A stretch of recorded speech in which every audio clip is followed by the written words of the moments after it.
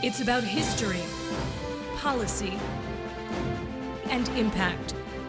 A new perspective on current affairs, bringing experience, insight, civility, and scholarship to the urgent issues of today.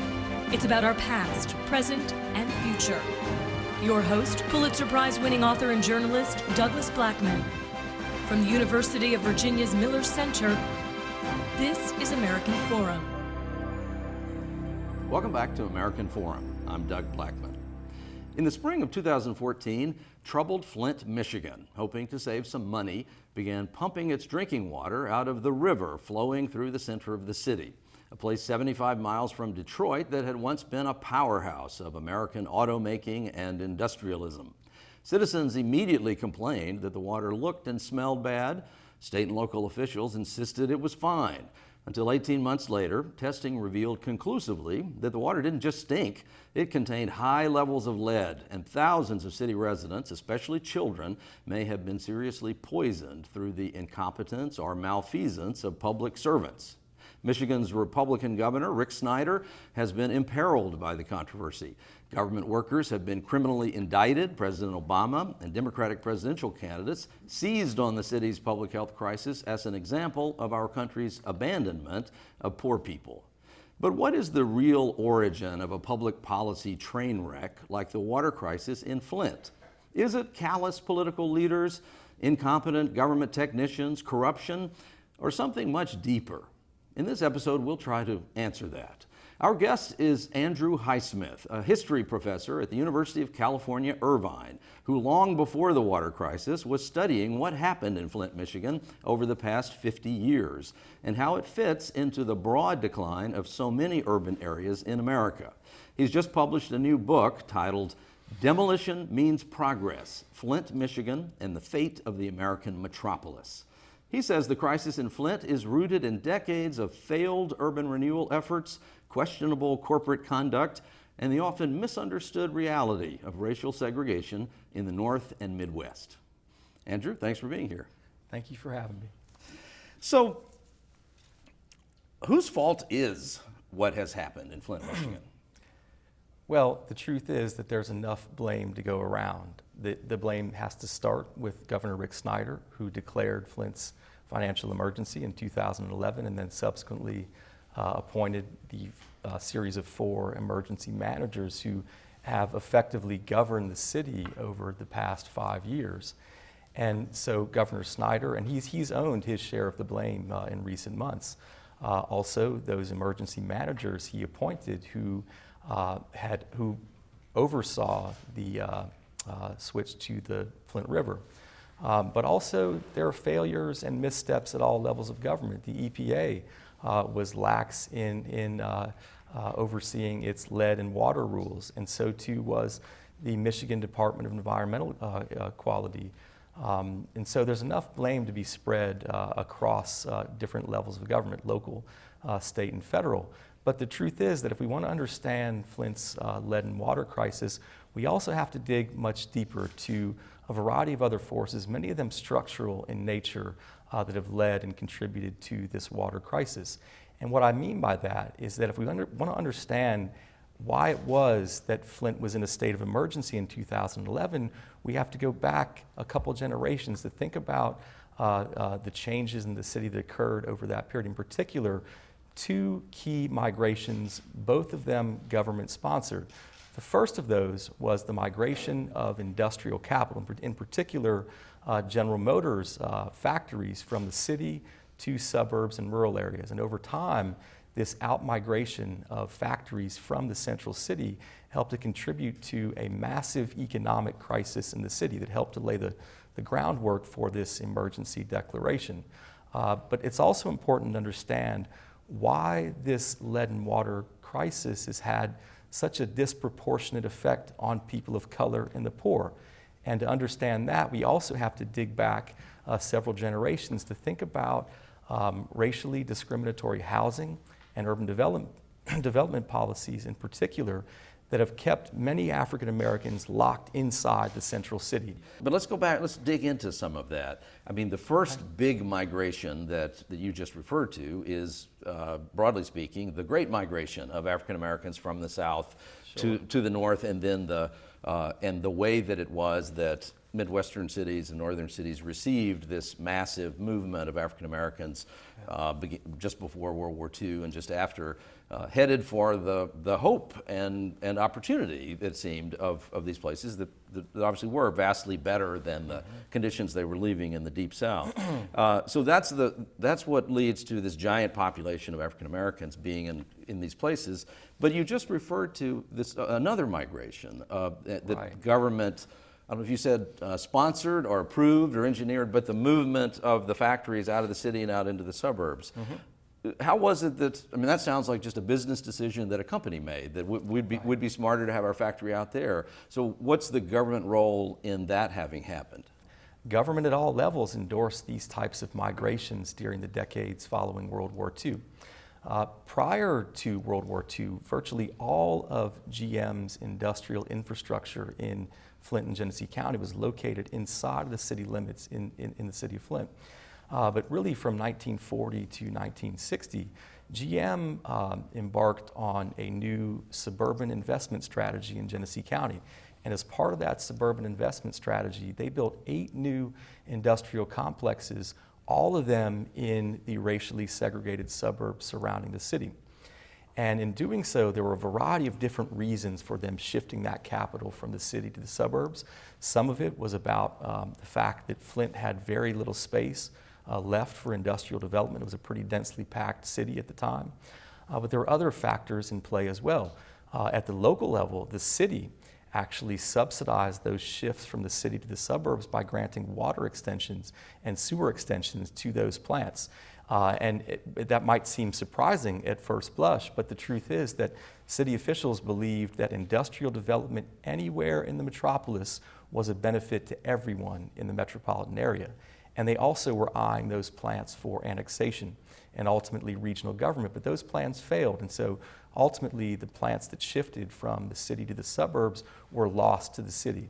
As fears over nuclear annihilation spread during the post-war period, the federal government encouraged the decentralization of industry from central cities to suburbs and rural areas. And the idea was that they wanted to keep factories and industrial centers safe in the event of nuclear attack. And so they encouraged the migration of defense producers like General Motors to areas outside of central cities. And they did that by offering very generous tax breaks for the construction of new plants. When we think about Flint's trajectory over the past few generations, and not only Flint, but also cities like Detroit and others who have experienced deindustrialization, we often tell those stories as ones of decline.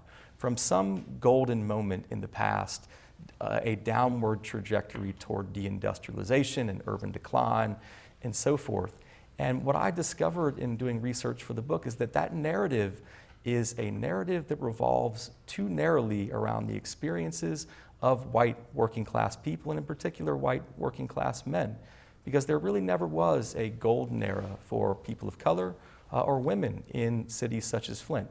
This was a period, even though there was, jobs were somewhat plentiful and unemployment rates were low, this was also a period of very rigid racial segregation and of a very sharply delineated opportunity structure for tens of thousands of Flint residents. And I think that the stories that we often tell of the decline of the so-called Rust Belt sometimes mask that divergent experience.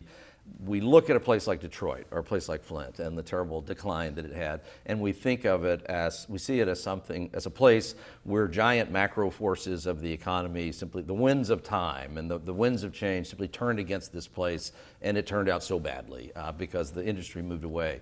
But you make the argument here that many of these terrible developments were actually the result of a constructive effort. I mean, an effort where somebody's saying the way to have progress, the way to move forward is to do X, Y, and Z, but it turns out that the consequences of doing X, Y, and Z are fairly catastrophic for a whole lot of people. Demolition means progress comes from the signs that GM used to place in front of its shuttered automobile plants in cities such as Flint. And the signs suggested that cities such as Flint couldn't really move forward to civic greatness until these old closed plants met the wrecking ball. And I still remember the first time I saw one of those signs was shortly after I moved to Flint. And at first I thought, well, this is a very trite corporate slogan, and in many ways it was. But as I started to dig into Flint's history, I realized that demolition means progress was also a very powerful metaphor for thinking about the city's long history of revitalization. And so rather than thinking about Flint's economic changes through the lens of decline, I've tried to narrate Flint's history and also urban America's history more broadly as one of revitalization and its consequences. And what I mean by that is that dating back to the 1920s and 30s, Flint's civic and political and economic leaders looked to constantly revitalize the city by enacting different redevelopment policies. And so in the 1930s, public school officials and industrial executives collaborated to transform all of the city's public schools into racially segregated, vocationally oriented elementary schools and community centers. Flint's leaders constantly looked to demolish and tear down what they perceived to be outdated or inefficient structures and institutions and rebuild them to be more profitable. And so during the 1940s and 50s, the city or GM executives were tearing down old urban plants and rebuilding them in the suburbs.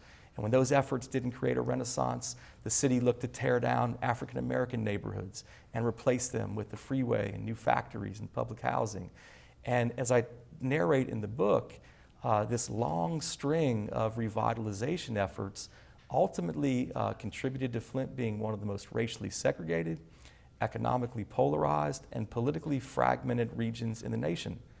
And so even in the 1960s and 1970s, right, the era of civil rights, GM is still being referred to as GM Crow by civil rights activists in the city.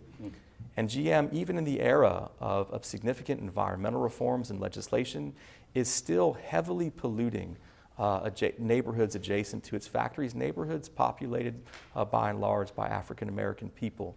And so it's one thing to put actors of the early 20th century into their proper historical context. It's another to excuse actions, discriminatory actions that occurred deep into the 20th century and beyond. At a time when people should have known better. That's a simple enough way to say it. Absolutely. Again, we're trying to tie this into the Flint water crisis, but is this also is this how we understand what happened in Ferguson, Missouri? Or how we understand what has happened when there have been big violent events in Los Angeles or in Baltimore? I mean, is that part of the more national story, that the same kinds of sequences of events are Camden, New Jersey or Newark, New Jersey? Absolutely. I think that, if we think about the history of Ferguson, for example, Ferguson initially was an overwhelmingly, if not all white suburb of St. Louis.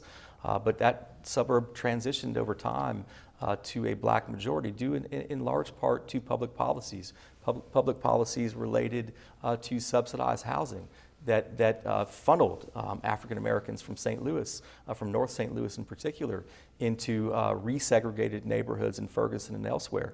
And these types of policies were in evidence not only in Ferguson or Flint, but all across the country. And so I think that historians like me can offer us a longer chronology for thinking about the emergence of these sorts of crises in the 21st century. It is impossible to understand Flint's economic crisis without understanding the deindustrialization of the city. Flint, to give you a sense of some of the transformation that's occurred there, Flint at its peak in the 1950s had around 200,000 people inside of the city. Another couple 100,000 in the suburbs, so nearly 500,000 in the metropolitan area. 80,000 people worked for General Motors during this peak period, so virtually half of the city's population working for GM during this period. But over the course of the second half of the 20th century, of course, many of those jobs vanished, in particular beginning during the 1980s and 90s.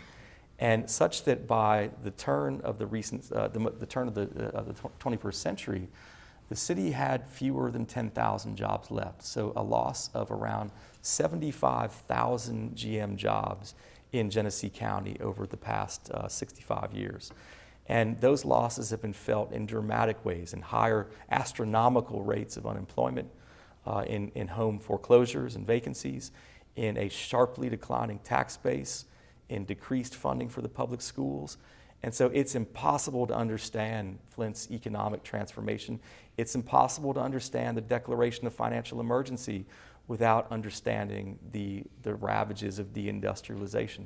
Is there some scenario under which a General Motors somehow would have remained in this place, and that this could have remained a prosperous place, as at the same time that Japanese automakers were emerging from the ashes of World War II and global forces were so powerful? I mean, is there actually a significantly different sequence of events that could have happened? Okay. So I'm not accustomed to answering counterfactual or questions like that, but for the sake of this conversation, let's do it. I think that yes and no. I mean, part of the problem with GM in the late 20th century is that there was a certain hubris among local executives about the preference for large gas-guzzling automobiles. Even though evidence in the 1970s was suggesting that people in large numbers were turning toward smaller, more fuel-efficient cars, executives in Flint and Detroit looked at those shifts as signs of delusion among consumers and believed that they would ultimately always go back to GM's staple large cars. And so part of the problem that GM faced was due to those failures of imagination among its corporate executives. And yet there's also a sense in which things could have turned out differently, at least for a time, in metropolitan Flint. And this is where the 5th chapter of my book on this failed New Flint plan is really important, because, as I said, GM is relocating all these plants outside in the suburbs, but they want to have those plants returned to the city. Now, can you imagine if they were successful in either annexing or creating that regional government? Flint's industrial infrastructure would have been extremely impressive, one of the most impressive in the United States. And many of those plants in the suburbs are still open today. And so the timing of Flint's industrial crisis would have been shifted much later had the city been able to annex those plants or capture them through a regional government. But the truth is that alongside of all these local forces that could have shifted the outcome, there were also much larger global forces driving GM executives to seek out low-wage opportunities in other parts of the country and world. But one of the ironies of Flint's economic crisis is that over the last 20 years, civic leaders in the city have been advertising Flint as something of a low-wage haven, a place where you can come in and set up shop and pay a 2-tier wage structure where the UAW is not going to cause any problems for you. They've been able to market themselves kind of the way that old cities in the South and the Sun Belt did following World War II, as lower wage sectors that are amenable to business and investment. And one of the ironies of Flint's story is that prior to the water crisis, GM had actually invested substantially in some new industrial infrastructure in Flint. They built a new engine plant, a new paint facility. Now, those new facilities didn't create large numbers of jobs for local workers, but they were certainly signs that GM had not abandoned the city, as you said, but rather was looking everywhere for new opportunities wherever they could meet the bottom line. This discussion of how global forces and also government policy, right or wrong, came to bear on these economic decisions made by these companies with these unforeseen consequences. That's a more sophisticated way of saying it, I think, but it sounds a bit like the way that Donald Trump or Bernie Sanders would talk about the effect of globalization on America in a bigger sort of way, and companies taking their factories and jobs outside the U.S. and government policy that they would contend facilitated that and accelerated that. And in a sense, it seems in a smaller kind of microcosm that there's a somewhat similar kind of discussion here. Sort of. I think that I noticed in following the coverage of the Michigan primaries and other races that Bernie Sanders and Trump, to a certain extent as well, really honed in on the issue of free trade and NAFTA in particular, in articulating a critique of the policies that led to deindustrialization and the economic crisis in Detroit and Flint. The truth is, though, that while NAFTA has certainly led to an outflowing of jobs from places like Michigan, The industrial crisis of Flint and Detroit existed long before NAFTA. Yeah. And so I think we need to resist the temptation to try to find single causes for complex problems like deindustrialization. NAFTA certainly plays a role, but so too do a lot of the forces that I was writing about in the book. And ultimately, the way that all of this comes to bear on this terrible decision in this one city to change its water supply, this fairly small decision in a way, that big in this one place, but one small decision, one of thousands made by various city governments the same day of a similar scale. But the way all of this comes to bear on that is that ultimately it is by the impoverishing of this place, it is the loss of its community resources in a sense, the loss of a leadership class of some sort or a leadership structure of some, but it's through this general deterioration of the social fabric of a place that leads to simply a context in which it's more likely that a really stupid decision can be made and there are not forces or people in play to stop it or realize what's happening in time. I mean, that's what this boils down to, right? It's by the depletion of a place like Flint that it's then set up for whatever the mistake might be, whether it's a water crisis or a bad bond issue or a huge financial mistake. Right. Well, I think structurally, Flint was set up for this kind of a crisis. I mean, as I talk about in the book, the disinvestment and the depopulation of the city created grave infrastructure crisis. The city, the tax base has been so eroded in Flint that it's virtually impossible for city officials to repair or even maintain the city's increasingly decrepit infrastructure. And so structurally, the city's long-term economic crises set the stage for this infrastructure difficulty. But in terms of the forces within the city, I wouldn't say that the broader economic crisis of the city has eroded the social fabric. In fact, one of the things that I've been most impressed by in following events locally in the wake of the water crisis is how dogged local activists have been in organizing, even when no one was paying attention. It's interesting to note that really this crisis has been unfolding for a couple of years now, and activists there have been mobilizing persistently for water justice over that time. They weren't getting a lot of traction, but it's actually, I think, created new opportunities for organizing and new opportunities for social cohesion across the color line, because, of course, many whites are involved in this as well.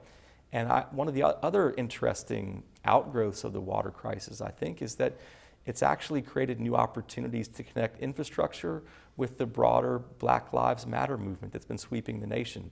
And indeed, activists in Flint have been doing just that. If after the next election, the next president, whoever he or she is, wanted to talk to some historians and get some sort of perspective on issues like how the infrastructure questions for the whole country have arrived where they have, and if the president of the United States called you in and said, Andrew, I got 10 minutes.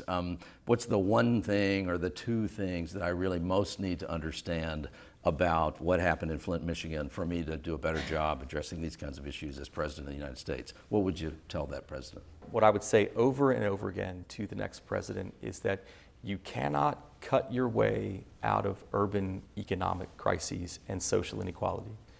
We tried it in places like Flint, and look where it got us. Instead, I think that the Flint water crisis and the crises in so many of our urban centers that are also significant require us to invest.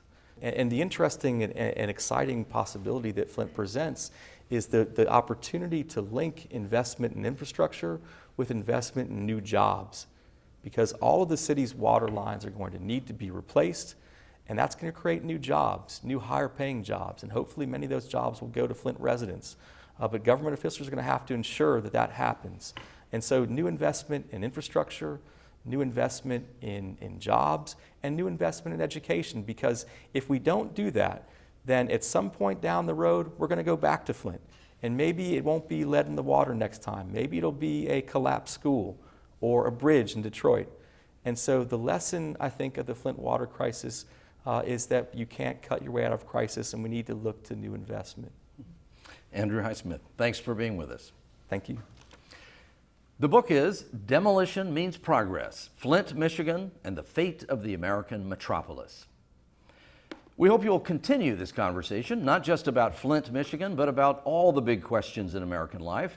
That's what our program is about. We can all make more sense of the issues that face us and our national leaders if we take the time to understand our history, listen to each other with civility, be open to hearing about both the great things we've done as a country and the mistakes we've made. So talk to us at the Miller Center Facebook page or by following us on Twitter at Douglas Blackman or at American Forum TV. To send us a comment, watch other episodes, download podcasts, or read a transcript of any episode, visit our new webpage at millercenter.org, American Forum. I'm Doug Blackman. See you next week.